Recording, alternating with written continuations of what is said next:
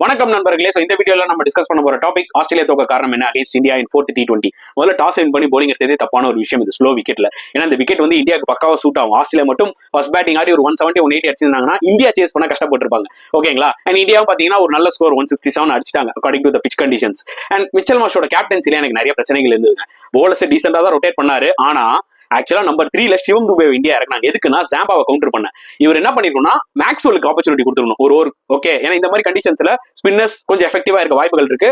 ஐபிஎல்ல நான் பார்த்திருக்கேன் மேக்ஸ்வெல் வந்து ஜெனரலா சிவம் துபே ட்ரபிள் பண்ணி இவர் என்ன பண்ணாருன்னா ஜாம்பாக்கே 2வது ஓவர் கொடுத்தாரு. அது என்னாச்சுன்னா சிவம் துபே ஒரு 6 அடிச்சாரு. அந்த ஓவர் 15-16 ரன்ஸ் வந்துருச்சு, மொமெண்டம் வந்துருச்சு. மேபி மேக்ஸ்வெல் கொடுத்திருந்தா விக்கெட் கூட எடுத்திருப்பாரு. சோ அந்த மாதிரி ஒரு ப்ரோஆக்டிவான ஒரு கேப்டன்சி இல்ல மிச்சல் மார்ஷ் கிட்ட. அதே மாதிரி பாத்தீங்கன்னா சேசிங்ல மார்ஷும் சரி ஒரு பக்கம் மேத்யூ ஷாட்டும் ஒரு நல்ல ஸ்டார்ட் கொடுத்தாங்க. பட் மிடில் ஆர்டர் பேட்ஸ்மேன்ஸ் யாருமே இந்த கண்டிஷன்ஸ்க்கு ஏற்ற மாதிரி எக்யூப் பண்ணி விளையாடலங்க.